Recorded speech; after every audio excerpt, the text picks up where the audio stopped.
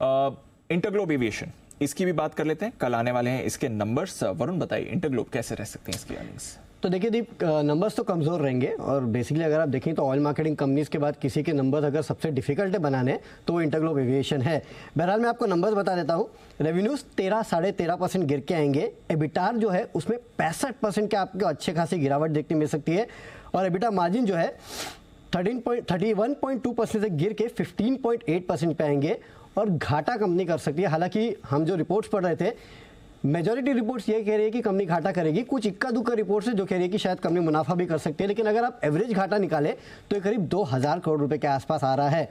अब ये क्यों? देखिए, पैसेंजर लोड फैक्टर जो है 84% के आसपास का है, लेकिन 3-4 चीज़ें हैं जिसकी वजह से घाटा कर सकते हैं। एक तो कच्चा तेल, आपको याद होगा पिछले क्वार्टर में कच्चा तेल काफ़ी वॉलेटाइल था और विंडफॉल गेन टैक्स आपको याद होगा लगातार बढ़ते भी जा रहा था और इसके बाद काफ़ी सारी जो OMCs है उन्होंने ETF की कीमतें भी बढ़ाई थी, तो उसका इम्पैक्ट जो है आपको इस कंपनी के ऑपरेशनल परफॉर्मेंस पे देखने मिलेगा।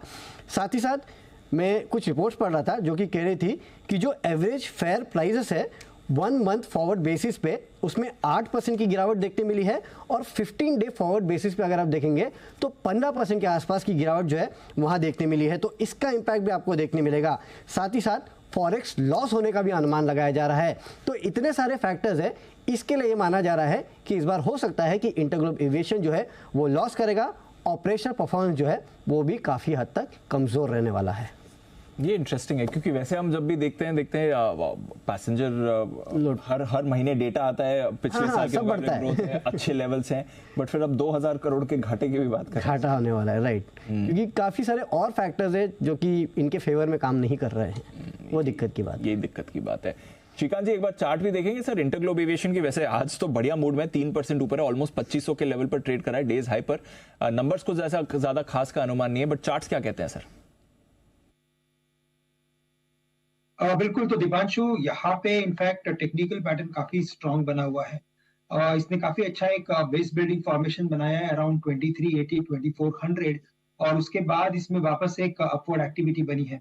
मुझे लगता है थोड़ा और वक्त ले सकता है क्योंकि स्टॉक अभी कंसोलिडेट हो रहा है, तो 2600 और 2400 के रेंज में ये और ट्रेड करते हुए नजर आएगा।